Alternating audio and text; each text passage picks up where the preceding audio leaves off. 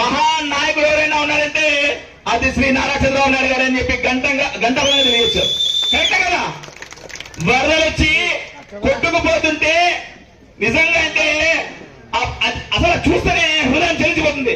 అలాంటి సమయంలో నిజంగా అంటే ఆపత్ బాంధవుడిగా 75 years 75 ఏళ్ళ ఇంటికి పోకుండా తిండి తిప్పలు మానేసి ఈ రోజు వాళ్ళందరినీ కాపాడేటువంటి అపర భగీరథ అంటే చంద్రబాబు నాయుడు గారు. కరెక్ట్ కదా?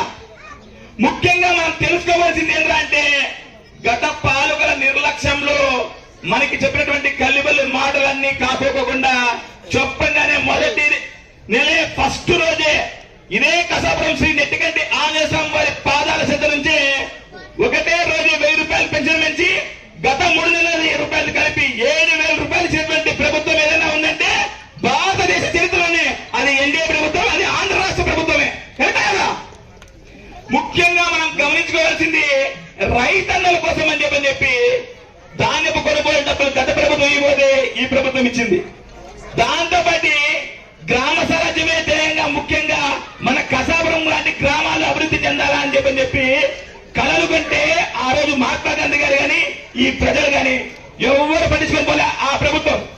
కానీ 15వ కమిషన్ సంబంధించినటువంటి నిధులని ప్రభుత్వం రాగానే 100 రోజుల్లో రెండు సార్లు అంటే ఫస్ట్ 996 కోట్లు, మరి నిన్న లేక మొన్న 996 కోట్లు, దగ్గర 2,000 కోట్ల రూపాయలు పంచాయతీ శాఖలకి విడుదల చేసేటువంటి ప్రభుత్వం ఏదైనా ఉందంటే అది ఎన్డీఏ ప్రభుత్వం. ముఖ్యంగా పంచాయతీరాజ్ శాఖ మంత్రిగా శ్రీ కొనిదా పవన్ కళ్యాణ్ గారు చూసినటువంటి అద్భుతమైనటువంటి చొరవ మనం తెలుసుకోవాల్సింది. ముఖ్యంగా మాటలతో కాకపోకుండా మంచి ప్రభుత్వం అనేది మనం ఎందుకు అంటున్నామా అంటే ఈ 100 రోజుల రూపే ఇన్ని పనులు చేసినాము అంటే రాబోయే రోజుల్లో మీ అందరి ఆశీర్వాదంతో పెద్దలు శ్రీ నరేంద్ర మోడీ గారి ఆశీస్సులతో ముఖ్యంగా అన్ని మాడుకున్నాం కానీ మన గుంతకల్ నియోజకవర్గంలో ఏం చేశామని చెప్పి అందరూ చోలుకుంటారు.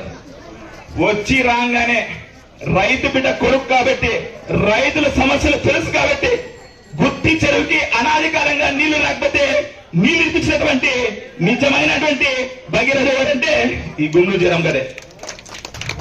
సౌండ్ లేదు, నీళ్లు పడుతూ పోయినప్పుడు రైతులు రాలే, నీళ్లు రాలే అంటారు. ఇప్పుడు క్లాసులు పెట్టదు క్లాస్ కి అంటే పని అయిపోతుంటే మనం ఒకసారి అనుకుంటాం.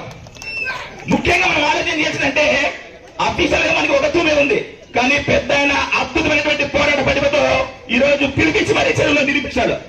ఏదేమైనా మీ అందరి ఆశీర్వాదం రాబోయే రోజుల్లో ఉంటే అద్భుతంగా ముందుకు పోతామని చెప్పి తెలియజేసుకుంటూ ఈ అద్భుతమైనటువంటి అవకాశం ఇచ్చినటువంటి అధికారులకు, ప్రజలకు, మా కూటమి నాయకులకి ముఖ్యంగా నా గౌరవ నమస్కారాలు తెలుపుకుంటూ సెలవు తీసుకుంటున్నా. జై హింద్. Thank you.